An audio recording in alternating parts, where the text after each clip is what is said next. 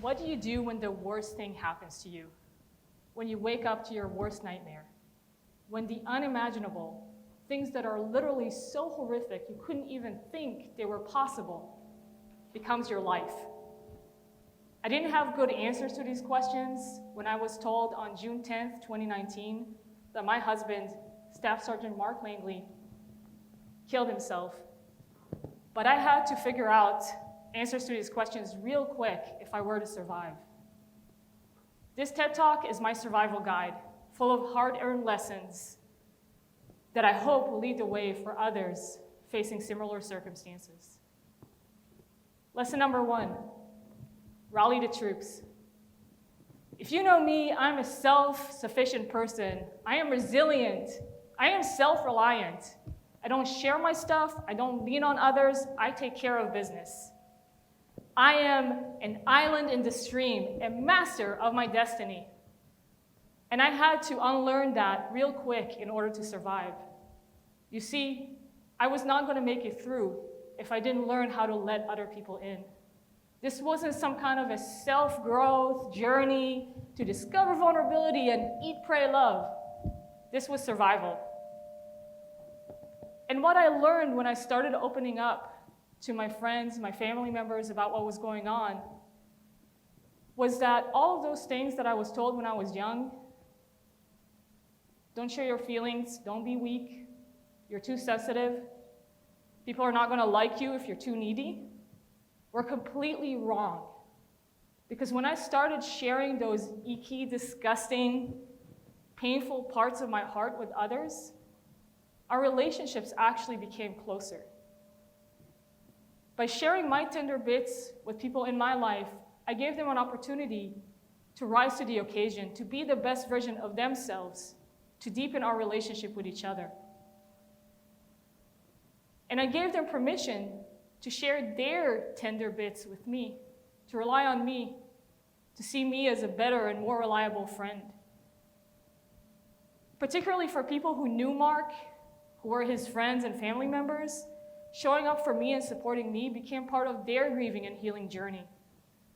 It was a way to love him, to mourn him through our relationship. And so I learned that sharing those tender, gentle pieces that we all carry with another person is actually one of the greatest gifts that you can offer someone else. Lesson number 2. Lean in, or as my military and veteran friends like to call it, embrace the suck. After my husband died, it felt like there was this pit or black hole that opened up in my living room floor. That pit was full of shame, sadness, guilt, regret, grief, longing. And I felt like if I was to get too close, if I was to lean in, I would fall in and I would never climb up. And again, I had to learn how to, inch by inch, get closer to that pit. I started reading all of the grief books. I started doing all of the writing exercises. I started journaling. I went to therapy, though that took a little bit longer to get to. And as I did all those things, as I started to feel, to process, to cry, my grief started to move. It started to change. I befriended my grief. It became a companion, a guide, something that gives meaning and purpose to my life, something that helps me be connected to who I am and to my late husband. The grief, those sharp edges, started to smooth out. And I started seeing it not as a burden, but as a gift. Lesson number 3, permit yourself to be happy. It sounds really basic, but most of us don't actually do that. And in reality, all of us deserve love, belonging, community, meaning, purpose, joy, happiness, or at least a pursuit of those things. So carve out some time in your life to enjoy activities solely for the reason of eliciting those positive emotions, of bringing that community, that joy, that belonging into your life. Find love and happiness wherever you can and hold on to them with dear life. For me, I started going to baseball and basketball games. Shout out to my Tar Heels. I started hiking as a contemplative and reflective activity that was also fun. More than anything, I allowed myself to be happy. I realized that pursuing joy, pursuing connection, didn't mean that what happened wasn't horrible or that it was okay somehow. It just meant that I am here, that I'm alive, and that I deserve to live life fully. Lesson number 4.